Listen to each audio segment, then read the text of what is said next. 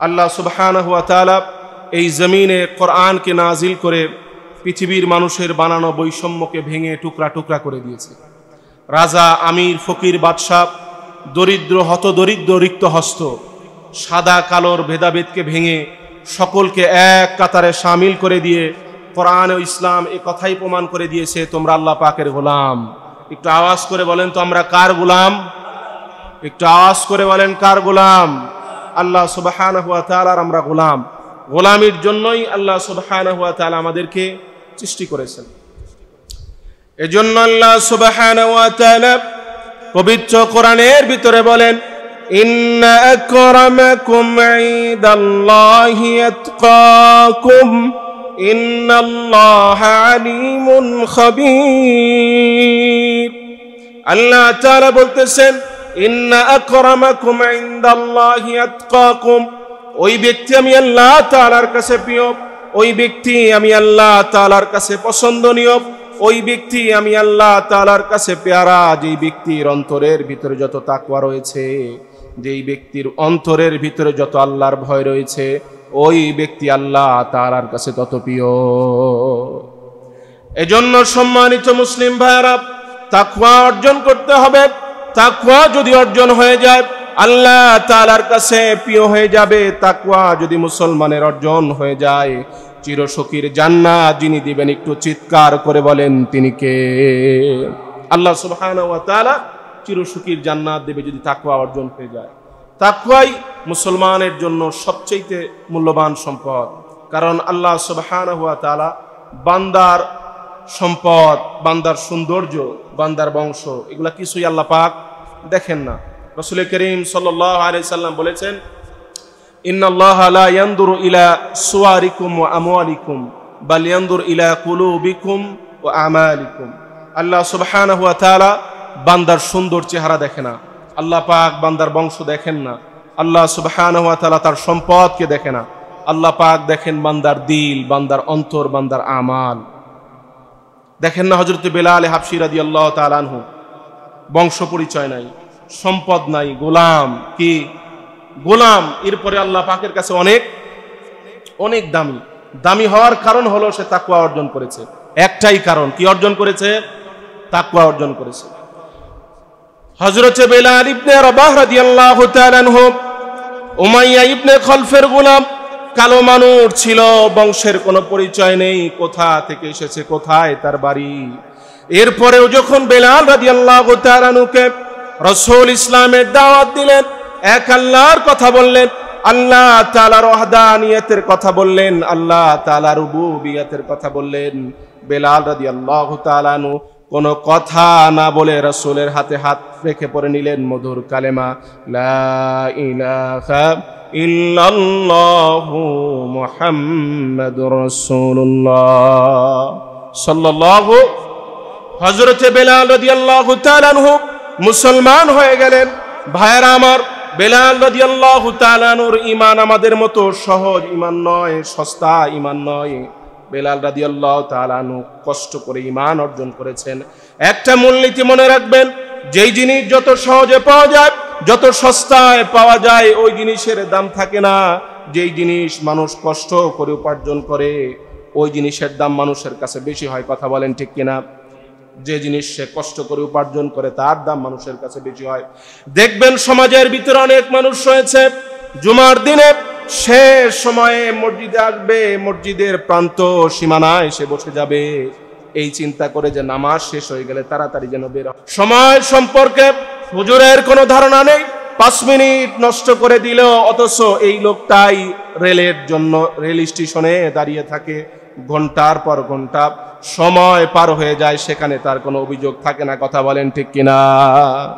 এই লোক সে রেল স্টেশনে দাঁড়িয়ে আছে, ঘন্টার পর ঘন্টা সময় পার হয়ে যায়, দাঁড়িয়ে আছে, বসে আছে, কিন্তু সেখানে তার কোনো অভিযোগ, সেখানে তার কোনো অভিযোগ নাই। মানুষ দাওয়াতে যায়, দাওয়াত হলো 2টায়, খাইতে যায় হলো 4টায়, হয় কিনা এমন? একটু আওয়াজ করে বলেন। দাওয়াত থাকে 2টায়, যায় কয়টায়? 4টায় খাইতে যায়। দাওয়াত দেয় 50 জন, যায় হলো 100 জন। এমন ঘটনা কি আমাদের সমাজে ঘটে না? এটা ভুল ধরতেছি না, বোঝানোর জন্য বলতেছি যে মানুষ নিজ নিজ দায়িত্বে কত অবহেলা করে। মানুষ নিজ নিজ দায়িত্বে অনেক অবহেলা করে, কিন্তু সেখানে কোনো অভিযোগ নাই। কিন্তু হুজুর যদি একটু ভুল করে ফেলে তো মাথা নষ্ট হয়ে যায়। কথা বলেন ঠিক কিনা? এটাই সমাজের বাস্তবতা, এটাই সমাজের বাস্তবতা। কারণ হলো ইসলাম, কোরআন, মসজিদ, ওলামায়ে কেরাম এগুলো সহজেই পাওয়া যায়। এই জন্য ঈদের কদর নাই। কিন্তু যেই জিনিস কষ্ট করে অর্জন করা হয় ওই জিনিসের কি থাকে? ওই জিনিসের কদর থাকে। হযরতে বেলাল ইবনে হাবশী রাদিয়াল্লাহু তাআলা আনহু ইসলাম গ্রহণ করেছেন কষ্ট করে। চামড়া দিতে হয়েছে, পিঠের চামড়া দিতে হয়েছে, রক্ত দিতে হয়েছে। এজন্য তার কাছে ইসলামের দাম অনেক। আমরা জন্ম সূত্রেই মুসলমান হয়েছি, এজন্য আমাদের কাছে ইসলামের দাম নেই। আমাদের কাছে ইসলামের দাম নেই, কারণ আমরা জন্মসূত্রেই মুসলমান। এজন্য আমাদের কাছে ইসলামের প্রতি ভালোবাসা, কোরআনের প্রতি মহাব্বত এটা নেই। দেখবেন খেয়াল করে, অসংখ্য অগণিত ওলামায়ে কেরাম রয়েছে যারা কোরআন এবং হাদিসকে তারা পড়েছে, কোরআন এবং হাদিস ইসলামের ঐতিহ্য অবদানকে তারা আত্মস্থ করেছে, মুখস্থ করেছে, জেনেছে। এই ধরনের অসংখ্য ওলামায়ে কেরাম কোরআনের জন্য তারা জীবনকে বাজি রাখতে রাজি হয়ে যাবে, কিন্তু বাতিলের সাথে আপোষ করতে রাজি হবে না। কারণ কোরআনকে তারা অনেক ত্যাগের বিনিময়ে শিখেছে। যখন ত্যাগ করেছে, কোরবানি করেছে, তখন এর মহাব্বত তার রন্ধে রন্ধে ঢুকে গিয়েছে। এজন্য তার জীবন চলে গেলেও সে ইসলাম এবং হকের পথ থেকে বিচলিত হবে না। এই ত্যাগটা খেয়াল করেন, কি পরিমাণ ত্যাগ তারা করেছে।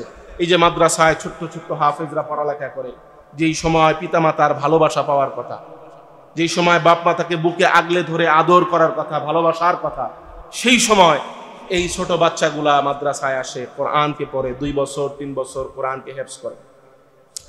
এই ছোট বাচ্চাগুলো গভীর রাতে উঠে ওযু করে মাদ্রাসার এক কিনারায় বসে যায়, রুমের এক কিনারায় বসে বসে ঝুলে ঝুলে কোরআন তেলাওয়াত করে। আমি অনেকবার দেখেছি ছোট বাচ্চাগুলো যখন তার মা মাদ্রাসায় রেখে যায়, মায়ের চোখ দিয়ে পানি জর্জর করে পড়ে। একটু আওয়াজ করে বলেন, এই যে চোখের পানি পড়তেছে, এই চোখের পানির দাম যিনি দেবেন তিনি কে?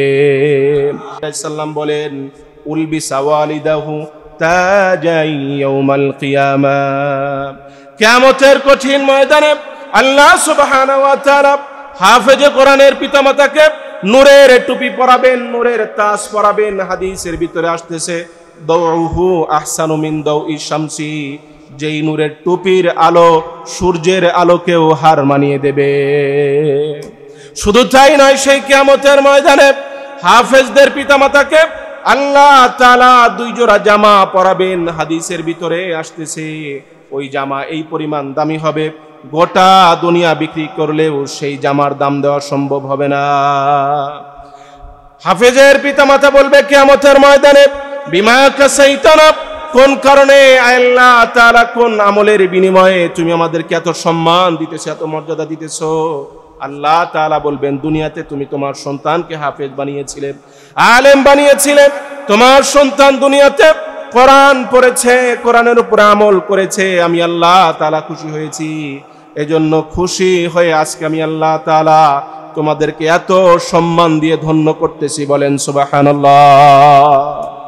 শুধুমাত্র সন্তানকে কোরআন হেফজ করানোর কারণে, একটু ত্যাগ স্বীকার করার কারণে, 2 ফোঁটা চোখের পানি ফালানোর কারণে কিয়ামতের ময়দানে আল্লাহ সুবহানাহু ওয়া তাআলা খুশি হয়ে হাফেজের পিতামাতাকে এই সম্মান দিবেন।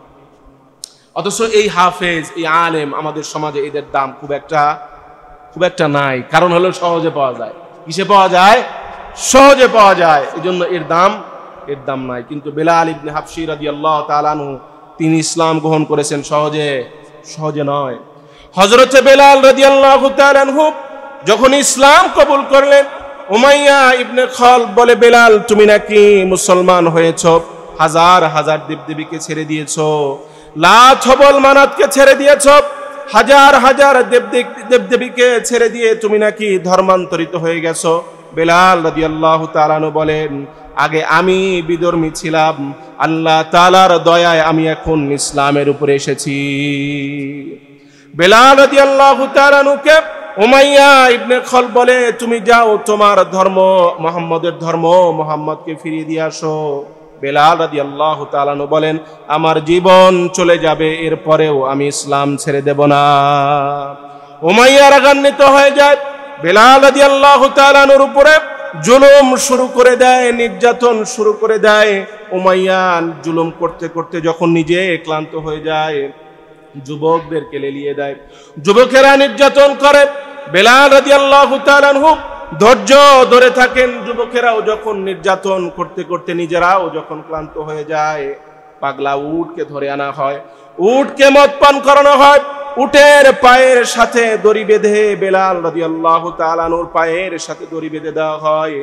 আরবের কঠিন খরতাপের ভিতরে, কঠিন গরমের ভিতরে পাগলা উট দৌড়াচ্ছে বেলাল রাদিয়াল্লাহু তাআলা আনহুকে নিয়ে। বেলাল রাদিয়াল্লাহু তাআলা আনহু ঘর্ষণে চামড়া উঠে যায়, পিঠের চামড়া উঠে যায়, কানের চামড়া উঠে যায়।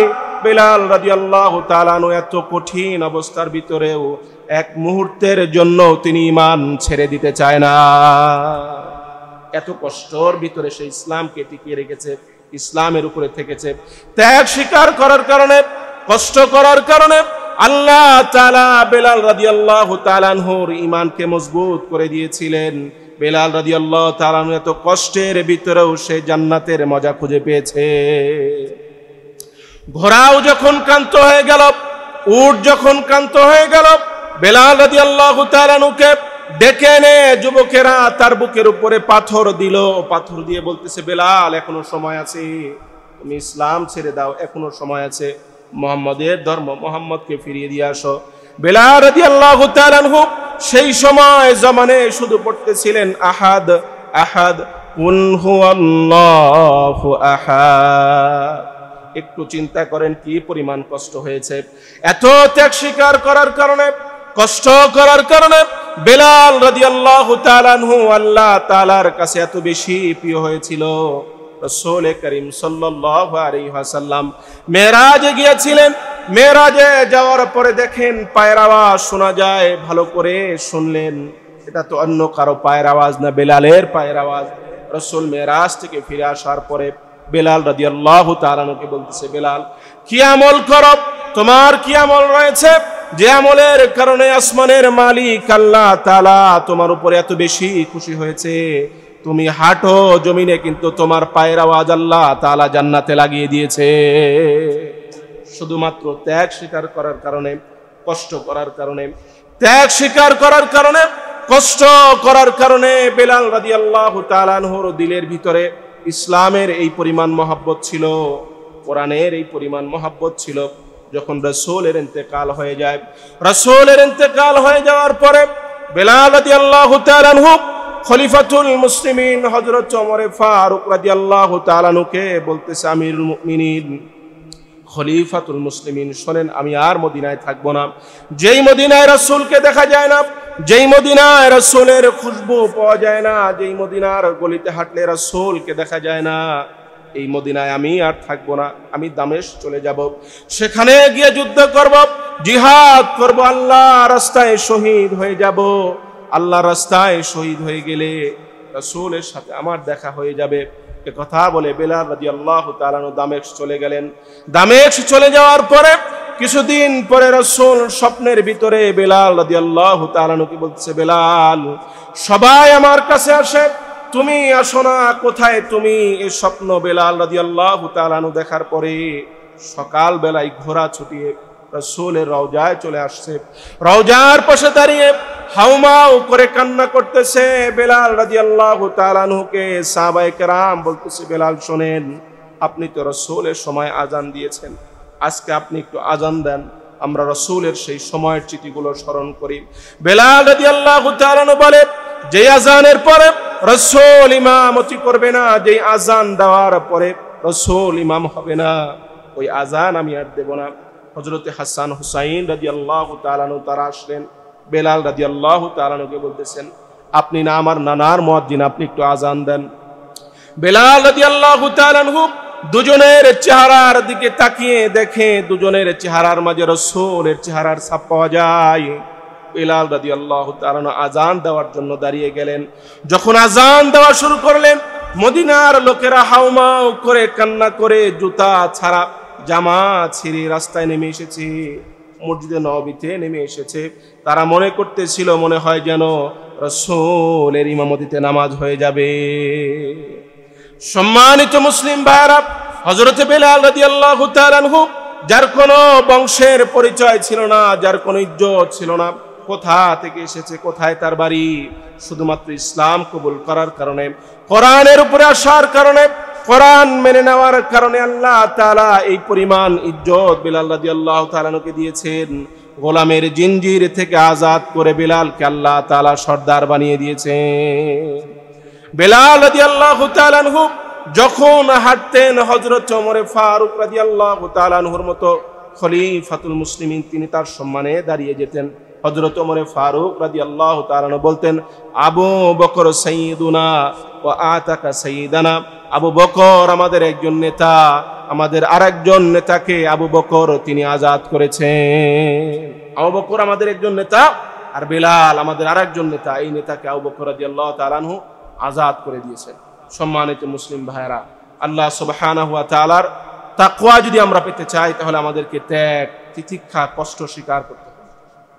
তাহলে আল্লাহ সুবহানাহু ওয়া তাআলা আমাদেরকে ইসলাম, কোরআনের মহব্বত, তাকওয়া দিয়ে আল্লাহ পাক আমাদের দিলের ভিতরে ভরপুর করে দিবেন।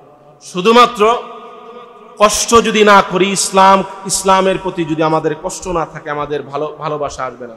যদি ত্যাগ না থাকে, তাহলে আমাদের ইসলামের প্রতি ভালোবাসা আসবে না।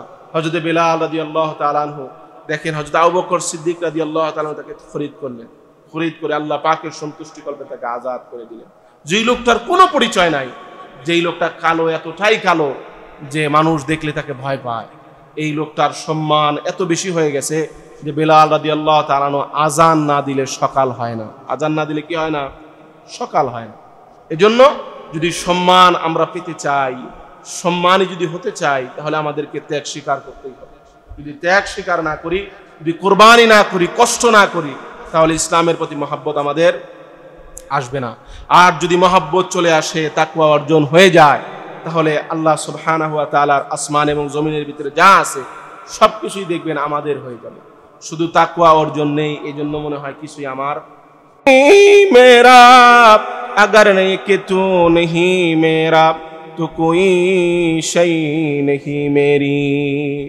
আল্লাহ তাআলা যদি আমার হয়ে যায়, আল্লাহ তাআলা যদি রাজি হয়ে যায়, খুশি হয়ে যায়, আল্লাহ তাআলা যদি আমার উপরে সন্তুষ্ট হয়ে যায়, তাহলে জমিনের উপরে যা আছে সবকিছুই আমার হয়ে যাবে।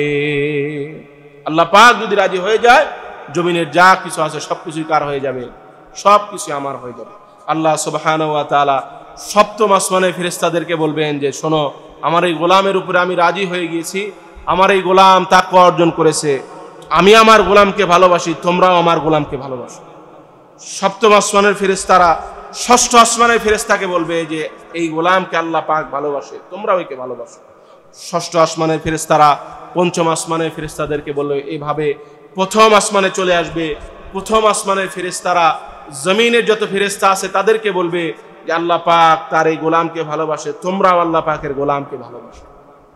যদি তাকওয়া অর্জন হয়ে যায়, তাহলে আল্লাহ পাকের মহব্বত, আল্লাহ পাকের ভালোবাসা, আল্লাহ পাকের পক্ষ থেকে যত নেয়ামাত আমার কাছে আসতেছে সব কিছু আমি উপলব্ধি করতে পারবো। আর যদি তাকওয়া অর্জন না হয়, তো কোনো কিছুতে আমি মজা পাবো, কোনো কিছুতে আমি মজা পাবো না। নামাজ পড়বো কিন্তু নামাজে মজা পাবো না, কোরআন পড়বো কিন্তু কোরআন পড়েও মজা পাবো না। মানুষ নামাজ পড়ে, অনেকে আছে নামাজ পড়ে নামাজের ভিতরে মজা পায় না। কারণ মজা কেমনে পাবে? ভিতরে তো যেই নামাজ পড়তে যেই তাকওয়া দরকার, খোদাভীতি দরকার, আল্লাহর ভয় দরকার, ওই ভয় আমার ভিতরে নাই। এই জন্য নামাজ পড়েও মজা পায় না, কোরআন তেলাওয়াত করেও কি পায় না? মজা। কোরআন তেলাওয়াত করেও মজা পায় না, দান সাদকা করেও মজা পায় না। আল্লাহ পাকের যত আহকাম রয়েছে, বিধিবিধান রয়েছে, কোনো ইবাদত করেই সে মজা পায় না। কিন্তু যদি তাকওয়া অর্জন হয়ে যায়, খোদাভীতি তার অর্জন হয়ে যায়, প্রত্যেকটা ইবাদতের ভিতরে সে কি পাবে? মজা পাবে। প্রত্যেকটা আমাল করতে সে মজা পাবে। আর যদি তাকওয়া অর্জন না হয়, তো আমাল তার কাছে বোঝা মনে হবে, ভারী মনে হবে। এই যে ফজরের নামাজ মানুষের জন্য কত গুরুত্বপূর্ণ একটা ইবাদত, যদি তাকওয়া না থাকে, ভিতরে ভয় না থাকে আল্লাহ পাকের, তো তার ঘুম সহজে ভাঙবে না। আর যদি আল্লাহ পাকের ভয় থাকে, তো তার ঘুম ভেঙে যাবে। সে ওযু করে খুশু খুজুর সহিত ফজরের নামাজকে আদায় করবে, তার কোনো কষ্ট হবে না। কারণ তার ভিতরে ভয় থাকবে হলো আল্লাহ সুবহানাহু ওয়া তাআলা। ভয় থাকবে কার? আল্লাহ পাকের। এই জন্য আমাদের কাজ হলো ইসলাম কবুল করার পরেও আমাদের জন্য কাজ হলো কোরবানি ত্যাগ স্বীকার করতে। ইসলামের জন্য যে কোনো সময় যে কোনো প্রয়োজনে আমাকে ত্যাগ করতে হবে।